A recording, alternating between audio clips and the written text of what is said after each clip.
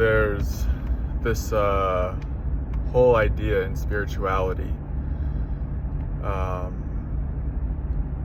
at least it's caught me at times. I've been caught in it where if it doesn't feel like good to do it, if it doesn't feel like flow, if it doesn't feel easy, if it doesn't feel effortless, then we're not supposed to do it.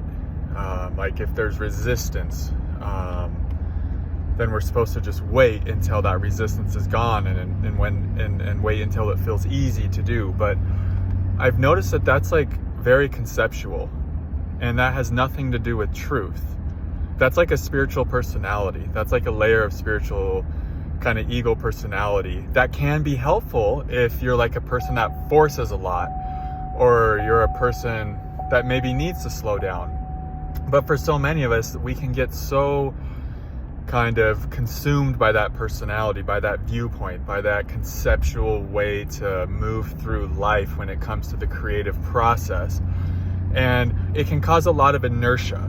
And we can kind of get stuck in that place, and it can almost become like apathy and like a heaviness and a density in and of itself. We can get kind of, just like stuck in that place because we're just waiting and waiting and waiting for something to feel right or for something to feel good. But in reality, when you strip away all personalities and you're just with truth, and you're just with the truth of your life force, sometimes we're meant to go to do things even when there's resistance, or it feels heavy, or if it feels difficult. Sometimes those aren't signs we're not meant to do it. Sometimes we're just forging the way, and we're like hacking away at stone with our life force at times. Sometimes that's how life works. We have to honor that we're in a 3D reality, a dense reality. And I think as really energetic beings, spiritual beings, we can kind of get in the shadow, we could say the shadow feminine, you can use whatever words you want, of avoiding density, avoiding doing things when it's hard to do. Sometimes your life path and your purpose is hard, and you're going to have to confront your own resistance and your own kind of darkness. But that doesn't mean you should stop. Sometimes going forward into that is its own reward. Sometimes going forward, even when there's resistance, can be a cathartic experience. And just seeing what that's like.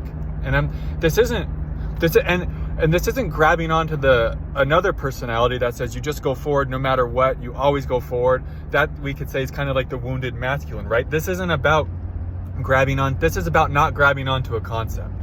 This is about just honoring the truth. And sometimes you got to go through the sludge and the mud to create the flow state. And sometimes the flow state's just there, and that's beautiful. But if we sit around and just wait for the flow state to be there, you might be waiting a long time. And so, this is about stripping yourself of conceptual ideas about what your creative process is supposed to look like, coming from both sides, right? And this is just allowing your life force to dictate to you how you move in your creative process. And sometimes your life force is like, let's move through this resistance and this heaviness, because there's something like this is really important. It's just like you're moving through your own blockages, you could say. And it can feel heavy sometimes, but if you're not judging the heaviness and you're just being with it and you're just staying in the process that your life force is taking you through, it can be a really beautiful thing. And vice versa. Some of you might need to hear your life force might be trying to slow you down, but you've hooked onto a personality that says you just go for it no matter what, you know what I mean? So it's like being real honest with yourself. I know for me, I fall more into the kind of, we could say, I'm just using these words as pointers, but I tend to fall more into like the shadow feminine when it comes to my creative process. And I just want to wait till it feels good and yummy. But sometimes the life force actually will guide you into doing things even when it doesn't feel kind of good to the whole, you could say the personality, to the mind, etc. So this is just to unhook from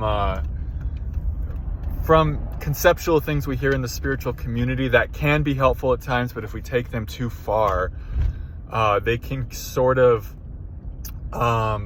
stymie or just kind of slow down your creative process. You could, slow down isn't the right word. They can, there's some beeping for you. Yeah, we can just kind of get stuck where we don't need to be because we've labeled resistance and heaviness and density as kind of things that we don't, maybe bad things, or things that if we start to feel them at all, we don't want to confront them. We don't want to go through them. And that can be a shadow, and that can keep you from breakthroughs, because sometimes it's actually going through the density and doing things when it does feel heavy that actually is a catalyst for energetic movement, and just on the other side of that stuff is probably the breakthrough at times. So just trust your life force, trust the divine.